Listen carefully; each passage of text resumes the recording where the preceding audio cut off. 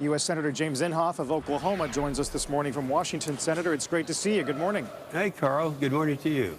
Talk about the collision between foreign and domestic policy. Why is this important? Well, first of all, I'm opposed to the president's program of military intervention in Syria.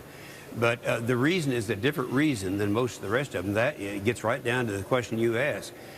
Our militaries, this president has decimated our military in the last 4.5 years.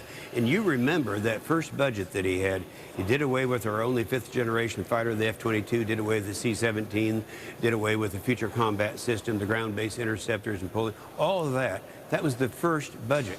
And since that time, and you're fully aware of this, his extended budget takes another $487 billion out of the military. Now, the question you need to ask is, with his sequestration taking that much more out, why should 18% of the budget, that's our military, be responsible for 50% of the cuts? I don't think they should. I think what we need to do, if we're going to go along with any of these programs, and I actually have an amendment, I don't think we're going to pass anything in the House or the Senate that will allow the president to use force in Syria.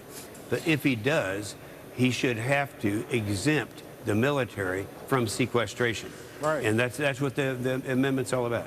I understand you're not for a strike.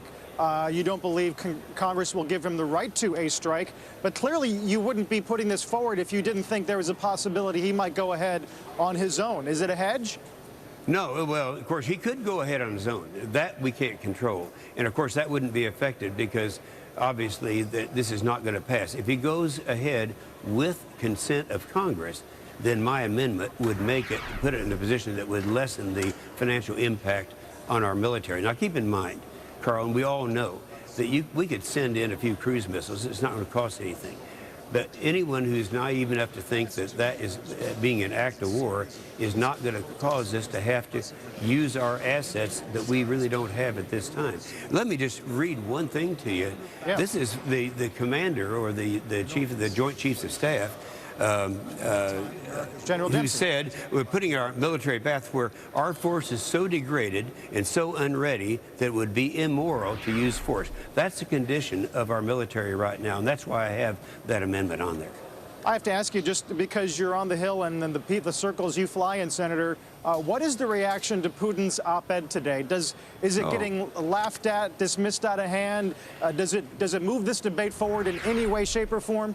No, it just verifies in my mind what Putin's motivation is. For us to be dependent upon Putin to pull the president's problem out of the fire is just, and I don't look at it in a humorous way at all. I look at it very seriously. I think, how could we put ourselves here in the United States of America in a position where we're being lectured to by a former KBG, by Putin, and I've never trusted him. In fact, I have to say this, Carl, Obama has never trusted him until last Tuesday. So I take it very seriously. And also I take seriously the fact that he says if we use force in there, there are going to be repercussions. Just like Iran. Iran is the biggest problem. It's not Syria.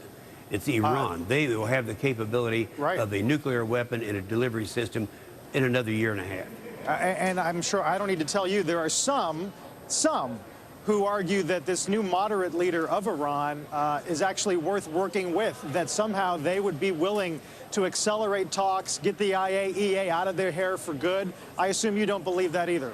Well, I don't. It's almost like saying that if you replace Assad, you're going to get someone worse. It's hard to believe there is someone, but they may be out there. Senator, appreciate your time. We're obviously watching everything that's going on overseas and on the Hill. Thank you very much. Thank you, Carl. Senator Inhofe from Oklahoma.